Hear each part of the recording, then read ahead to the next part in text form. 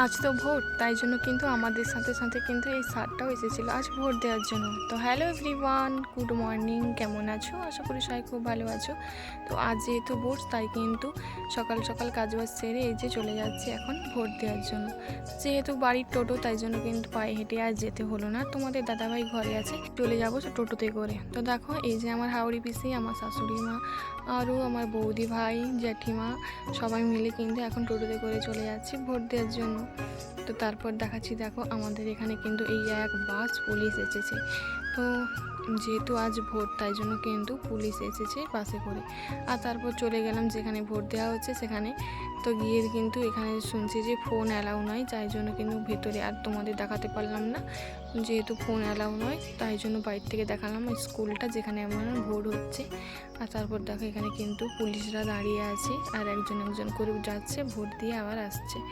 তো পুলিশগুলো কিন্তু খুবই ভালো ছিল, মানে হিন্দিতে কথা বলছিল আর খুবই ভালো ব্যবহার ছিল। তারপর কিন্তু এই যে দেখো আমরা কিন্তু ভোট দিয়ে এখন চলে এসেছি, আর আমার হাওড়ি পিসিও ভোট দিয়ে চলে এসেছে। তো যেহেতু আমার হাওড়ি পিসি ভোট দিতে পারে না, ও কিছু কথাও বলতে পারে না, শুনতেও পায় না, তাই জন্য কিন্তু মানে ইশারা করলে বোঝে, তাই জন্য ওর ভোটটাও আমি দিয়েছি আর আমার ভোটটাও আমি দিয়েছি।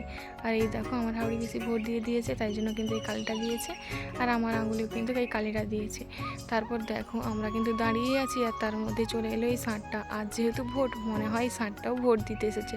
আজ যেহেতু ভোট, তাই জন্য ও আর থাকতে পারলো না, ভোট দিতে চলে এসেছে। কি তাই তো?